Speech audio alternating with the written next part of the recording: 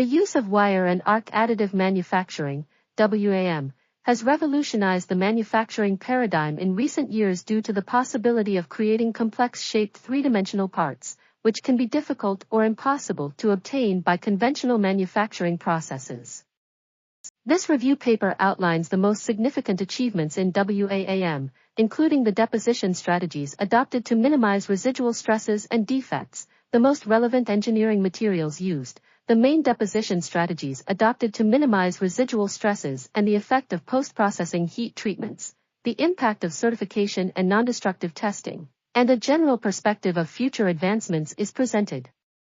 This article is titled Current Status and Perspectives on Wire and Arc Additive Manufacturing, WAAM, and was authored by Tiago Rodrigues, Duarte, Miranda, Telmo Santos, and Oliveira. We are article.tv. Article links can be found in the video description.